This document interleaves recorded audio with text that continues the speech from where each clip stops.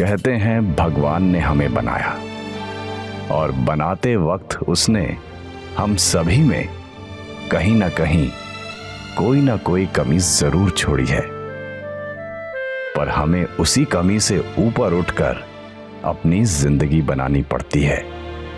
मेरी बेटी संध्या ने भी इसी तरह अपने अंधेपन के ऊपर जीत हासिल की है। आज वो किसी भी साधारण इंसान की तरह जिंदगी जी सकती है, पर सच तो ये है हम कमी से उभरने की चाहे जितनी कोशिश करें, परिवार का पीछा करना, कहीं ना कहीं हमारे अंदर की कमी अपने होने का एहसास हमें जरूर दिलाती है। थोड़ा संभल कर ही रहना होगा। पता नहीं किसने कौन सा सामान कहाँ रख दिया और फिर सब कहेंगे कि मैं गलत रास्ते आ गई। कुछ तो गड़बड़ जरूर है। मेरा सच्चाई जानना बेहद जरूरी है, पर कैसे? कौन? सुनी चाची आप? संध्या तुम यहाँ अकेले? तुम्हें किसी को साथ में लेकर आना चाहिए था ना। यानी आपको भी लगता है कि मैं गलतियां कर रही हूँ? मेरी सारी जजमेंट्स गलत हो रही है? नहीं संध्या, ऐसा मत कहो। तुम तो गलत हो ही नहीं सकती, और ये मुझसे ज्यादा कौन जान पाएगा। मेरी गलती है, मुझे ऐसा नहीं कहना चाहिए था। खैर छोड़िए। एक बात बताइए कि अगर आपको चुपके से किसी का पीछा करना चाहती हूँ?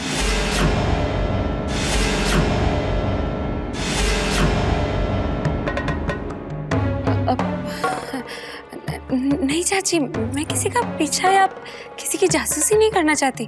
वो एक्चुअली वो नीरज है ना, वो मैं चाहती थी कि चुपके से उसके पीछे से जाकर एकदम से उसे डरा दूं, सरप्राइज कर दूं। वो देखिए ना, बार बार कोई ना कोई प्रैंक करके हमें डराता चौंकाता रहता है, तो मैंने सोचा क्यों ना इस बार मैं ही उसे चकमा दे दूं।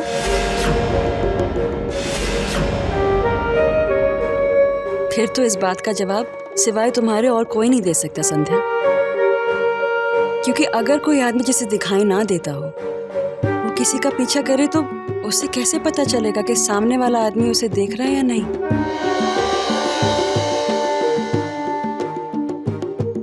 और वो पीछा करेगा भी कैसे? पर तुम्हारी बात तो कुछ और है संध्या। तुमने अपने अंधेपन पर जीत पाई है। तुम वो सब कर सकती हो जो एक आम आदमी जिसकी आंखें हैं वो भी नहीं कर सकता। वही तो सोच रही हूँ कि कैसे युवराज और पूरे परिवार का पीछा करके ये राज जान पाऊं।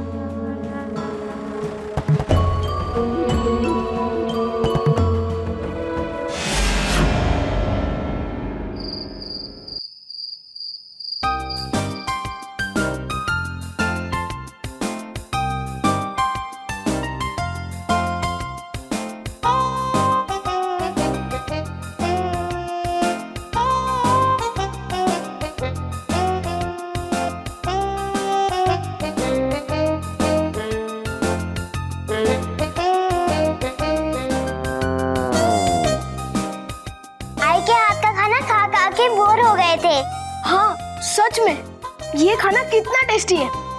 खाओ खाओ।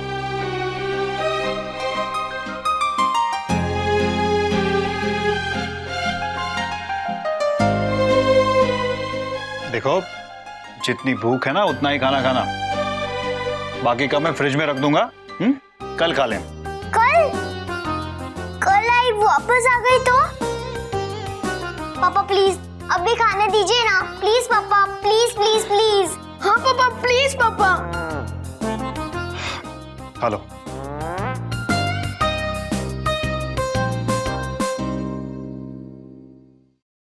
अगर तुम्हें श्रद्धा को खाना देने की कोशिश की तो तुम इस घर के बाहर नजर आओगी, समझे?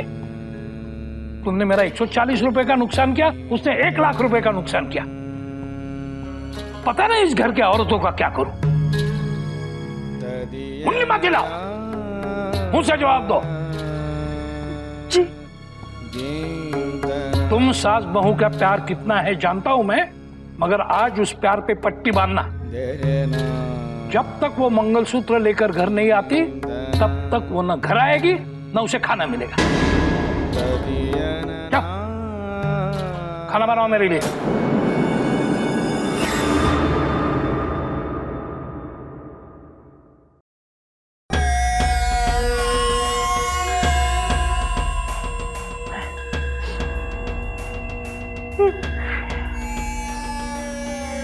वही संभालो अपने आप को। अब 1 लाख रुपए का मंगलसूत्र तो उषा की बच्ची अपना गला कटवा लेती, मंगलसूत्र कमा के आ गई। अब इतना बड़ा नुकसान मैं कैसे पूरा करूं? इतना सारा पैसा कहां से लाऊंगा मैं? मैं लूट गया हो, लूट गया। तू मत रो, चुप हो जा। रोना तो अब उसे पड़ेगा।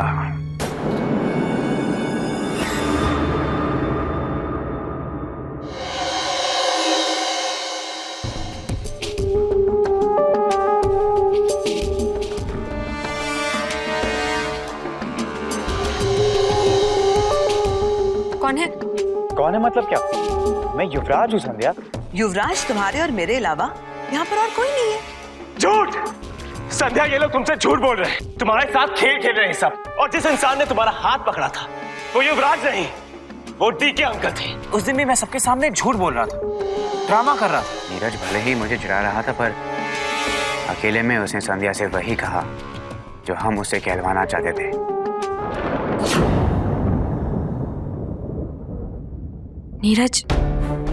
नीरज सच्चाई जानता है। क्यों ना मैं नीरज से ही, और फिर वो तो सच्चाई बताना भी चाहता था, वरना उस दिन सबके सामने। और अब उसी बात को वो मजाक कह रहा है। जो भी हो, नीरज जरूर सच्चाई जानता है, शायद सबके सामने बता ना पाए।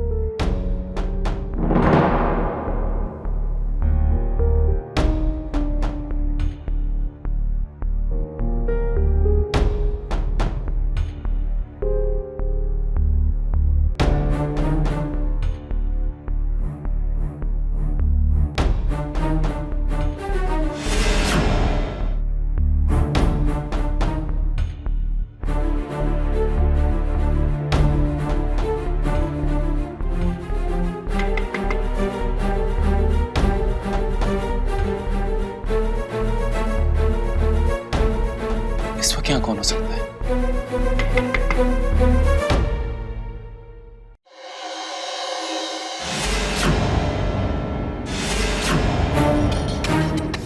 संध्या, तुम? नीरज, मैं जानती हूँ कि मुंबई में उस दिन तुमने मुझसे झूठ कहा, और यहाँ उस दिन जो कुछ भी हुआ वो मजाक नहीं था। संध्या, तुम ये क्या कह रही हो? अंदर आओ, हम इस वक्त यहाँ बात नहीं कर सकते।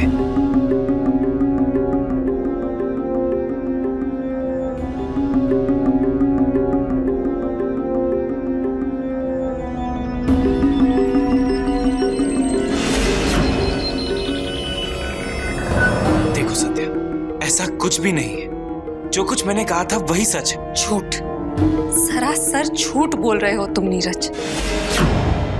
मैंने खुद युवराज को मम्मी जी से फोन पर बात करते हुए सुना। उन्होंने कहा मम्मी जी से, नीरज ने संध्या से वही कहा जो हम लोग उससे कहलवाना चाहते थे। नीरज ने संध्या को कोई सच्चाई नहीं बताई। क्या है ये सच्चाई नीरज जो युवराज और पूरा परिवार मुझसे छुपाना चाहता है? और प्लीज ये मत कहना कि ये भी एक मजाक है। मेरी जिंदगी का मजाक बनाना छोड़ दो नीरज। प्लीज बताओ कि ये सच्चाई क्या है। मैं सो नहीं पाती,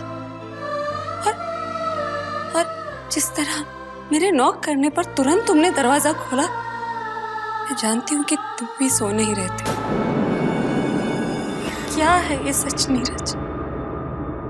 तुमने गलत लड़की से प्यार किया है, और अगर तुम उसे जिंदा देखना चाहते हो ना, तो तुम्हें वही करना होगा जो मैं कहूंगी। और संध्या की सांसें सिर्फ तब तक चलती रहेंगी जब तक वो हमारे किसी काम की है। सच कुछ नहीं है। अगर सच्चाई है तो सिर्फ ये है कि तुम संध्या हो, जागीरदार परिवार की बहू, युवराज की पत्नी, और तुम्हें इस वक्त मेरे कमरे में नहीं आना चाहिए था। ये ठीक नहीं है संध्या। और तुमने युवराज की क्या बात सुनी है ये मैं नहीं जानता, लेकिन मैं इतना जरूर जानता हूं कि इस घर में सब जानते हैं कि मैं एक मजाकिया किस्म का इंसान हूं, जो कभी सीरियस नहीं होता और जो हर बात पर मजाक करता रहता है बिना ये सोचे कि उससे कोई हर्ट भी हो सकता है। वाकई नीरज, बहुत अच्छा मजाक कर लेते हो तुम।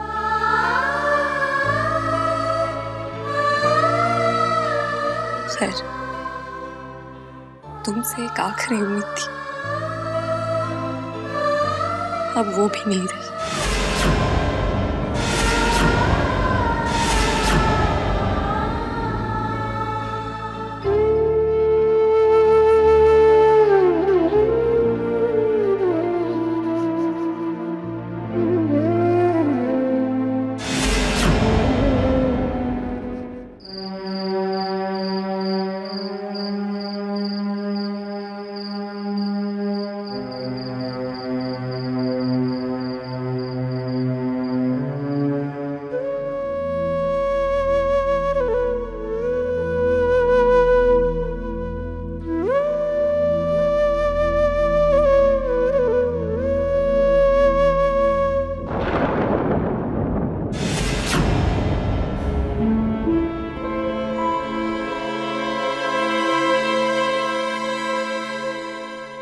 अगर उसकी मदद करने का दिल कर रहा है तो पहले अपना सामान बांध लो, क्योंकि एक बार उसकी मदद के लिए कदम बाहर रखा तो घर में वापस नहीं आने दूंगा। और ये बात मैं तुम्हें आखिरी बार समझा रहा हूं।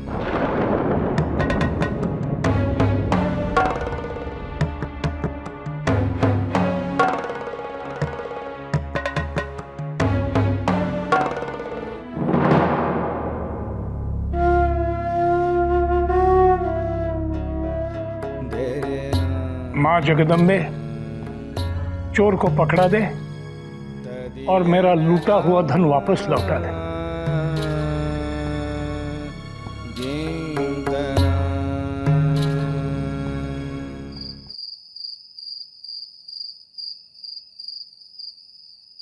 ये कैसा न्याय है तुम्हारा?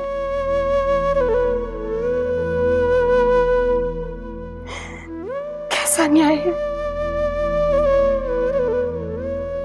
एक तरफ औरत को देवी माना जाता है, पूछा जाता है, और दूसरी तरफ उसी औरत को इस तरह घर से निकाला जाता है, उसका अपमान किया जाता है।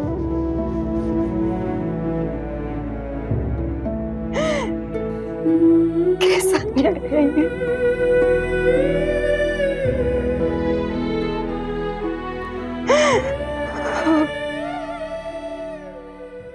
ताज्जुब तो बहुत हो रहा है कि अचानक वो लड़का हमारे साथ कैसे हो गया।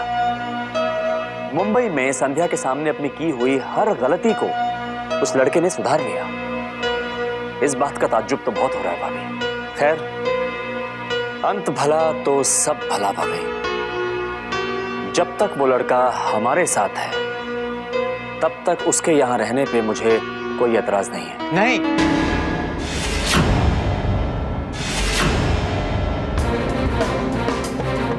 लेकिन अब मुझे शक है कि वो वाकई हमारे साथ है या नहीं। भले ही उसने हमारी बात मान ली, भले ही उसने सब कुछ ठीक किया हो, पर उसके तेवर अब भी वही हैं। मेरे साथ एक अजीब खेल खेल रहा है नीरज। हर दम मुझे जड़ाने की कोशिश, ललकारना, बदतमीजी से पेश आना। क्या?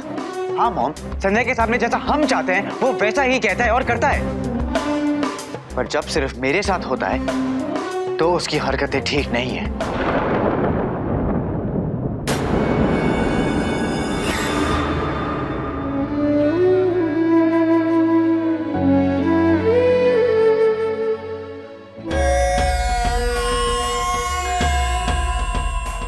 आहा, वाह, हाँ?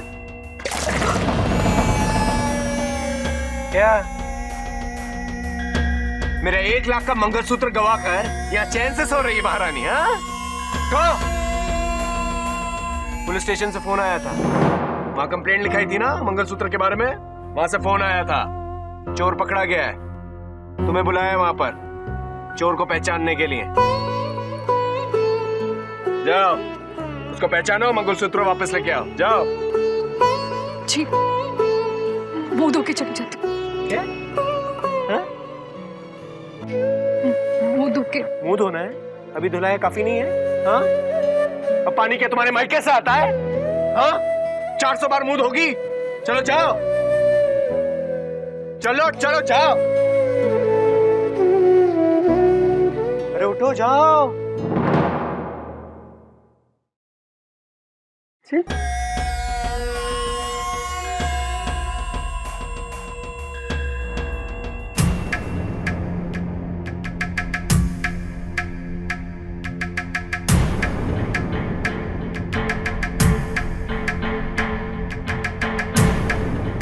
युवराज, युवराज आप हैं यहाँ?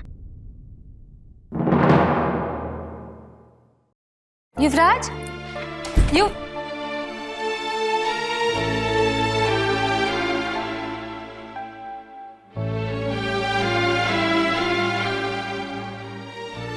चले गए?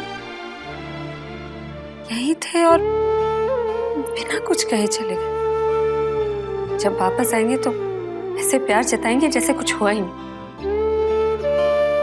या फिर युवराज थे ही नहीं यहाँ। ये सब क्या है, कैसे पता चलेगा?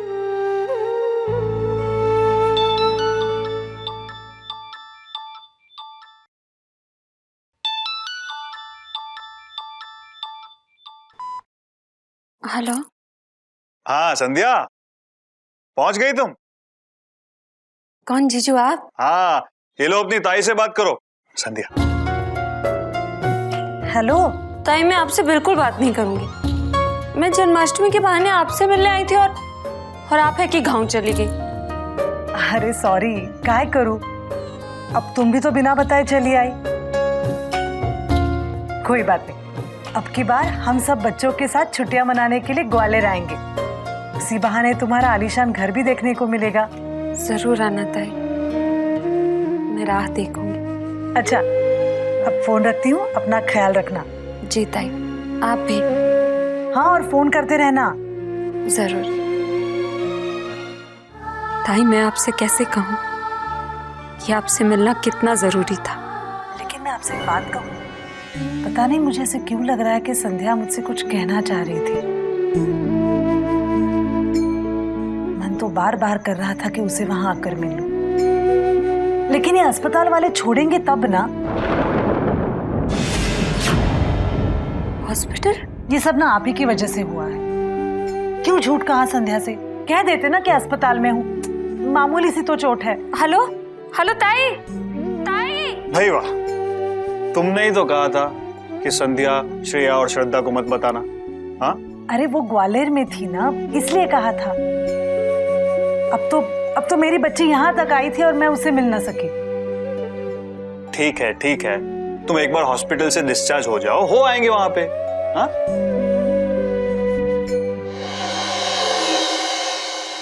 तुमने फोन डिस्कनेक्ट नहीं किया? हेलो जीजू, मैं आपसे बाद में बात करूंगी, आप प्लीज पहले ताई को फोन दीजिए। एक मिनट। हाँ,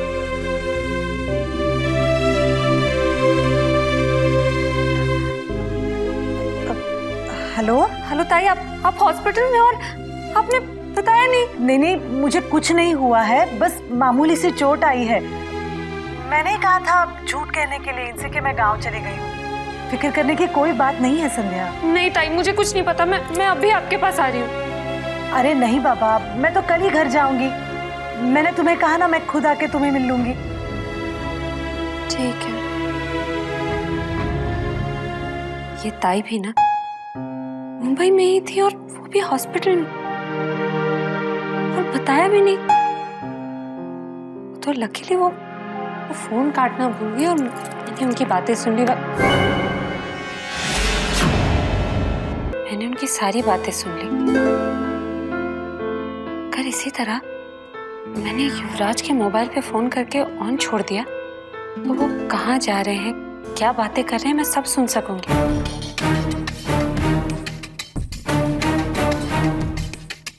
हाँ, अगर मैं किसी भी तरह रूम के फोन से युवराज के मोबाइल पे डायल करके उसे ऑन छोड़ दूं, तो मैं यहीं बैठे बैठे उनकी सारी बातें सुन सकती हूँ।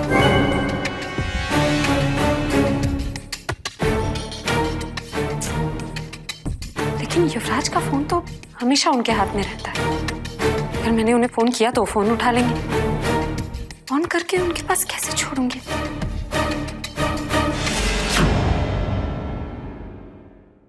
मेरा मोबाइल, अगर मैं लैंडलाइन से अपने मोबाइल पे फोन करके उसे ऑन करके युवराज की जैकेट के पॉकेट में छोड़ दूं तो ये प्लान पॉसिबल है। वैसे भी मुझे कोई फोन नहीं करता। दूसरी बात, युवराज का फोन तो हमेशा उनके हाथ में रहता है, और अगर गलती से उन्होंने मेरा फोन पकड़ भी लिया तो मैं ये कहकर छूट सकती हूँ कि शायद उन्होंने ही मेरे फोन को अपना फोन समझकर अपनी पॉकेट में रख दिया है।